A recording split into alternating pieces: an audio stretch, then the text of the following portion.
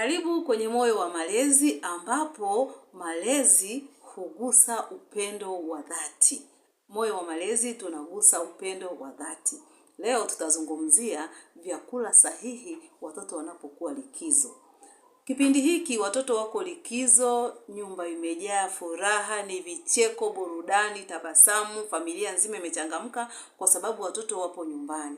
Ni rahisi sana kuwapa watoto chipsi, kuwapa watoto soda, kuwapa watoto biskuti ili waweze kushiba kwa haraka. Lakini tukiwa tunasahau kwamba vyakula gani tunatakiwa tuwape watoto wetu wakati wa likizo ili basi waweze kujenga afya, ili basi waweze kuwa na miili yao ambayo inajengeka vizuri, pia tukizingatia afya zao bora. Kwa sababu tukumbuke kwamba afya njema inaanzia mezani. Leo tutazungumzia hoja 5 ambazo tumezichambua kwa kina kuonyesha ni vyakula gani sahihi ambavyo watoto wanatakiwa wapewe wakati wa likizo ili kuwajenga, ili kuwasaidia na ili waweze kuwa na afya njema, kumbukumbu nzuri, na hata wanaporudi shuleni basi wanakuwa ni watoto ambao wana afya njema.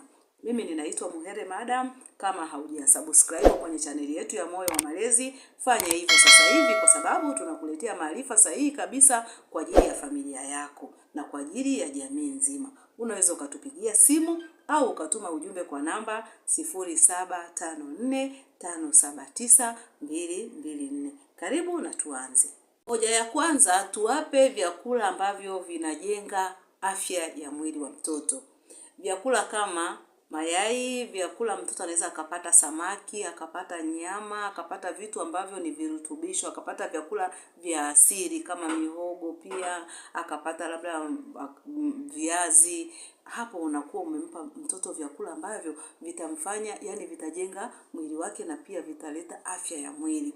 Watoto wanapokuwa likizo, tukumbuke kwamba wanakuwa wanacheza sana, wanakimbia, wanafanya shughuli nyingi. Tumefundisha pia kwamba watoto wapewe muda wa kufanya kazi nyumbani. Kwa hiyo unakuta mwili wa mtoto muda mwingi umechemka. Kwa hiyo hakikisha mzazi unampa vyakula vinavyo ujenga mwili wake, vyakula ambavyo pia vinaulinda mwili wake. Jambo la pili, tuwape vyakula ambavyo vinakuza uwezo wa akili. Yaani vyakula vitakavyoweza kumfanya mtoto akue vizuri kiakili. Wakati watoto wanapokuwa wako likizo, pia wanatakiwa kuhakikisha kwamba tunawaboresha kwa ukuaji wa akili ya mtoto. Yaani mtoto apewe maziwa, apewe samaki. Yale samaki wanakuwa wana yale mafuta ambayo ni omega 3. Kwa hiyo apewe hao samaki. Pia mtoto apewe vyakula ambavyo kama ni nafaka, zisiwe zile ambazo zimekobolewa. Tukija kuangalia sasa hivi kuna magonjwa mengi hasa ya sukari hata kwa watoto wadogo. Ni kwa sababu pia inachangia pale watoto wanapopewa nafaka zilizokobolewa. Hiyo ni mbaya. Watoto wale vyakula kama ni nafaka ambazo hazijakobolewa, samaki wapate. Mtoto hakikishe kwamba anapata samaki, anakula. Anapokuwa anapata samaki, anapata vitu ambavyo kama ni nafaka nimesema hazijakobolewa, tunaimarisha ubongo wake. Mtoto anakuwa vizuri, hata atakapokuwa ameenda shuleni, kumbukumbu ya mtoto inakuwa imekaa vizuri. Jambo la 3 ni kuzuia uraibu wa vyakula visivyo na lishe.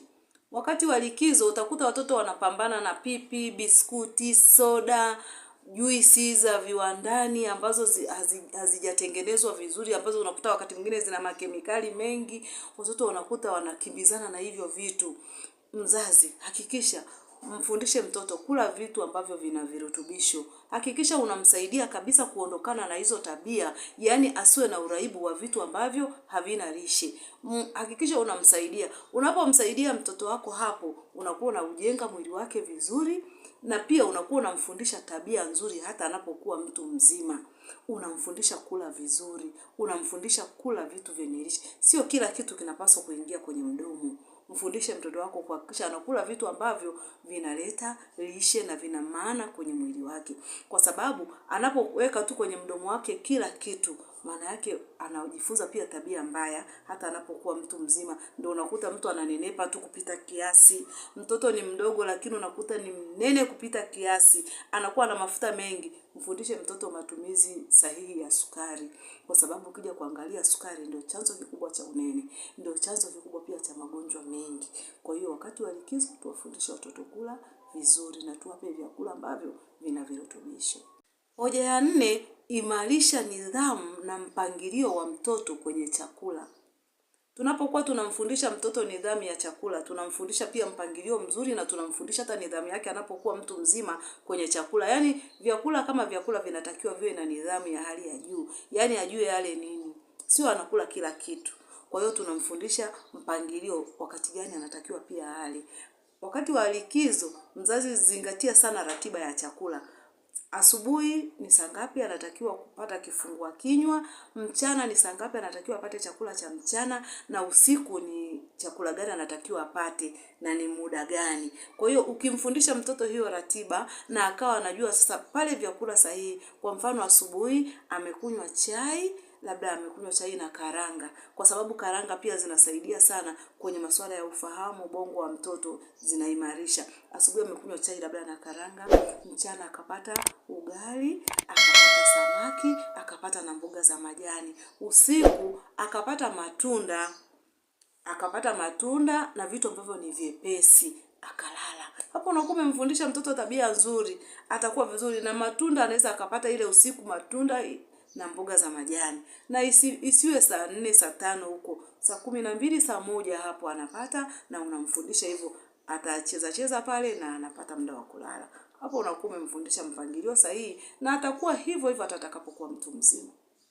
Hoja ya 5, jenga uhusiano mzuri na familia wakati wa kula chakula kwa pamoja. Yaani tuwe na ule muda wa pamoja wa kula chakula na watoto wetu wakati wa likizo.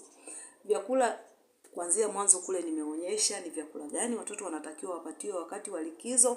Kwa hiyo kwenye hii hoja yetu ya 5 hapa tunatakiwa sasa tuwe tunakula pamoja na watoto wetu. Hata kama hauna muda, uko bize na kazi, lakini wakati huu wa likizo basi pata muda, hata kama ni ile jioni sasa umetoka kazini, kula pamoja na watoto wako, angalia wanakulaje, vyakula gani wanakula, wasije wakaishia tu kula sukari. Watoto wanapenda sukari, jamani, sukari ni tamu. Hata wewe mtu mzima kumbuka kuramba sukari, una uwezo, kwa sababu sukari ni tamu. Hivyo tunapokuwa tunakula pamoja na watoto wetu tutahakikisha hawatakuwa na matumizi makubwa ya sukari, kwa sababu sukari ndio mara nyingi ni chanzo kikubwa cha magonjwa mengi. Kama tutaanza kuwafundisha watoto wetu mwanzo kabisa matumizi sahihi ya sukari, kuanza kuwafundisha ni sukari ipi, labda kwamba mtoto anatakiwa labda apate asali hivyo, apate miwa hivyo. Kwa hiyo ile sukari ya viwandani itasaidia sana kuhakikisha kwamba tunawakinga watoto wetu. Mzazi mpendwa, wakati wa likizo ni wakati sahihi kabisa ambapo wazazi tunakuwa tukifurahi na watoto wetu, tukifurahi familia nzima, kwa sababu tunakuwa tumekutanishwa pamoja na watoto wetu, ambapo muda mwingi wanakuwa wako katika masomo yao. Sasa sio muda tu wa kufurahi, kucheka na kuwa pamoja na watoto, bali pia ni muda mzuri sana ambapo tunakuwa tukijua watoto wetu wanatakiwa kula nini, wakati gani, muda gani, na ni nini ambacho watoto wetu pia hawatakiwi kula. Tutakapojua ni nini watoto wetu wanatakiwa kula na ni muda gani, tunakuwa tumejenga msingi imara wa afya za watoto wetu, na tunakuwa tumewaweka watoto wetu katika njia ambayo ni nzuri, katika mambo ambayo watoto wetu pia hawawezi wakapata madhara ya kiafya. Wazazi wapendwa, wewe kama mzazi, jukumu lako kubwa ni kuhakikisha unajali afya ya mtoto wako. Ukamilifu wako ni pale unapokuwa ukimuona mtoto wako akiwa salama. Unakuwa una furaha, unakuwa unajisikia amani kuona mtoto wako akiwa na afya njema. Hakuna mzazi ambaye anataka kuona mtoto wake afya ikiwa imezorota. Afya ya mtoto inaanzia mezani. Hakikisha unajali afya ya mtoto wako. Najua nini mtoto wako anapitisha kwenye mdomo wake, nini kinatoka mdomoni kinashuka kwenye tumbo lake. Hapo utakuwa umeokoa maisha ya mtoto na utakuwa umemtengeneza mzazi bora, ambaye pia kesho atajua apangilie nini anaweka kwenye mdomo wake. Bila shaka umejifunza kitu kipya siku ya leo. Usiache kushare, usiache kulike, kusubscribe kwenye chaneli yetu ya Moyo wa Malezi ili tuweze kwenda sambamba. Asante sana. Mungu akubariki kwa kuwa mmoja wa familia ya Moyo wa Malezi.